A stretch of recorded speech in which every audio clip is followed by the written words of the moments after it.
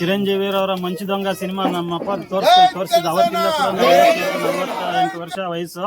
ಇದುವರೆಗೂ ಕೂಡ ಬೇರೆ ಹೀರೋಗಳಿಗೆ ಅಭಿಮಾನ ಹೋಗದಿರೋ ಅಷ್ಟು ನಟನೆ ಕೊಟ್ಟು ನಮ್ಮನ್ನ ಅವರು ಇಷ್ಟು ವರ್ಷಗಳು ರಂಜಿಸಿದ್ದಾರೆ.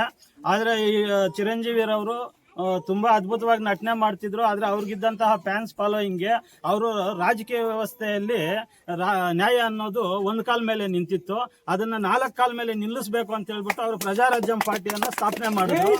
ಆದ್ರೆ ಅವತ್ತು ರಾಕ್ಷಸರ ರಾಜಕೀಯ ಲಕ್ಷಣಕ್ಕ ಚಿರಂಜೀವಿರವರು ಪಾಪ ಒಂದ್ ಸ್ವಲ್ಪ ಹಿಂದೆ ತೊಡದ್ರು. ಯಾಕಂದ್ರೆ ಜನಗಳಿಗೆ ತೊಂದರೆ ಆಗ್ಬಾರ್ದು, ಅಭಿಮಾನಿಗಳಿಗೆ ತೊಂದರೆ ಆಗ್ಬಾರ್ದು, ಅಭಿಮಾನಿಗಳನ್ನ ದುರುಪಯೋಗ ಪಡಿಸ್ಕೋಬಾರ್ದು ಅಂತೇಳಿ ಅವರು ಬಹಳ ಸೈಲೆಂಟ್ ಆಗಿ ಅಂತಂದ್ರೆ ಅವರು ಕತ್ತಿ ಇಲ್ದೇನೆ ಯುದ್ಧ ಮಾಡ್ತಾರೆ.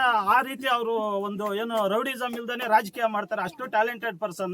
ಪಾಪ ಅವ್ರನ್ನ ರಾಜಕೀಯದಿಂದ ಒಂದ್ ಸ್ವಲ್ಪ ಪಾಪ ಸೈಡ್ ಆಗ್ಬಿಟ್ರು. ಆದ್ರೆ ಅವತ್ತು ಪ್ರಜಾರಾಜ್ಯಂ ಇಂದ ಹಾಕಿದ ಬೀಜ ಇದು ಜನಸೇನಾ ಪಾರ್ಟಿ.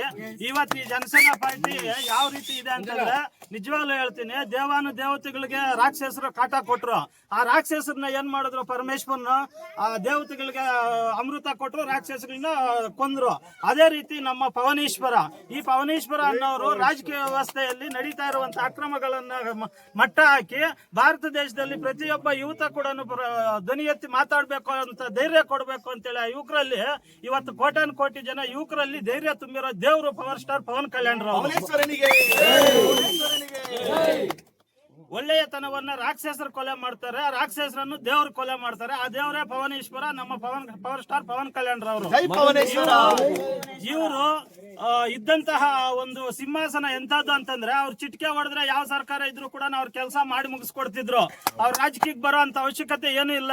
ಆದ್ರೆ ಅವರು ದುಡ್ಡಲ್ಲಿ ಶ್ರೀಮಂತರಾಗಿದ್ದಾರೆ. ಆದ್ರೆ ಬಡವರ ಮೇಲೆ ಇರೋ ಅಭಿಮಾನದಲ್ಲೂ ಕೂಡ ಬಹಳ ಶ್ರೀಮಂತರವರು. ಆ ಬಡವ್ರಿಗೋಸ್ಕರ ಏನಾದ್ರು ಮಾಡ್ಬೇಕು, ಅದಕ್ಕೆ ಅಧಿಕಾರ ಬೇಕು ಅಂತೇಳಿ ಅವ್ರೇನ್ ಮಾಡಿದ್ರು, ಅವ್ರಿಗಿದ್ದಂತ ಸಿಂಹಾಸನವನ್ನ ಪಕ್ಕಕ್ಕಿಟ್ಟು ರಾಜಕೀಯದಲ್ಲಿ ಬಂದ್ರು. ಅವಾಗ ಬಹಳ ಜನ ಹೇಳಿದ್ರು, ಇದು పావులకు ಹಾಕಿ పిల్లకి ಹಾಕಿ నల్లకి ಹಾಕಿ రాజకీయంలో అనుభవం లేదు అని. బిజినెస్లు చేయడానికి అనుభవం కావాలేమో, ప్రజాసేవ చేయడానికి అనుభవం అవసరం లేదురా, మంచి హృదయం ఉంటే చాలు.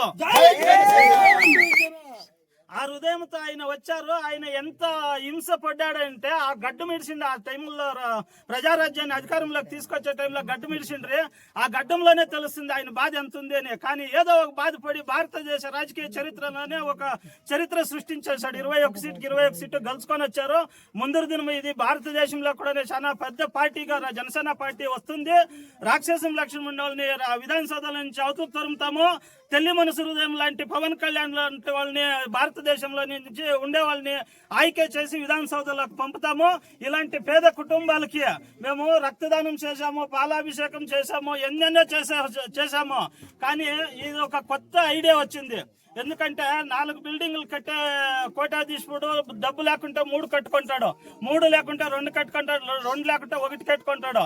కానీ ఒక ఇల్లు కూడా కట్టుకోలేని పరిస్థితుల్లో ఉన్నంత పేద కుటుంబము అది జనసేన అభిమాని అయిన వ్యక్తికి మన మునుబాగులు టీము సుబ్బు, బాలాజీ నాయుడు, కాశీ అన్న, జీవి అన్న వీళ్ళందరూ కలిసి ఒక ఆయన కష్టానికి స్పందించి పవన్ కళ్యాణ్ అన్నయ్య బర్త్డే 16 రోజులు ఉంది, ఆ 16 రోజుల్లో నీకు ఇల్లు కట్టించి ఇస్తామని చెప్పి 100 సంవత్సరాలు కూడా ఆ ఇంట్లో దెమ్మిదిగా ఉండే అంత విధంగా అంత అద్భుతంగా ఒక ఇల్లు కట్టించారంటే ఇది చాలా అద్భుతంగా ఉంది. ఇది ఇక్కడి నుంచి మొదలయ్యి ఇంకా మేము ఈ అభిమానులంతా కూడాను మంచి అనే దాన్ని పండించి అది ప్రజలకి పంచిపెట్టి రేపు భారతదేశం అంటే ఏమి అనేది పవన్ కళ్యాణ్ అభిమానిగా పవన్ కళ్యాణ్ నాయకత్వంలో మేము చూపిస్తామని తెలియజేస్తున్నాం.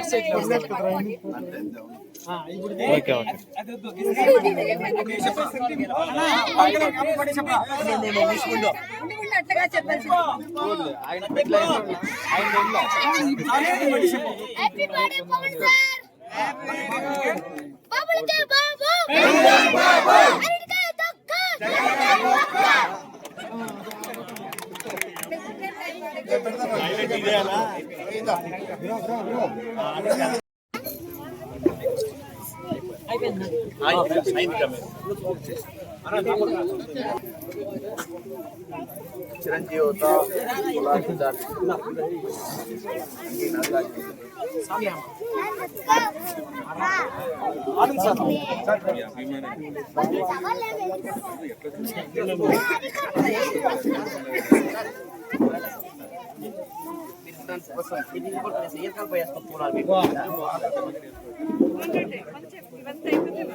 ఓకే మదనపల్లి నాయకులంతా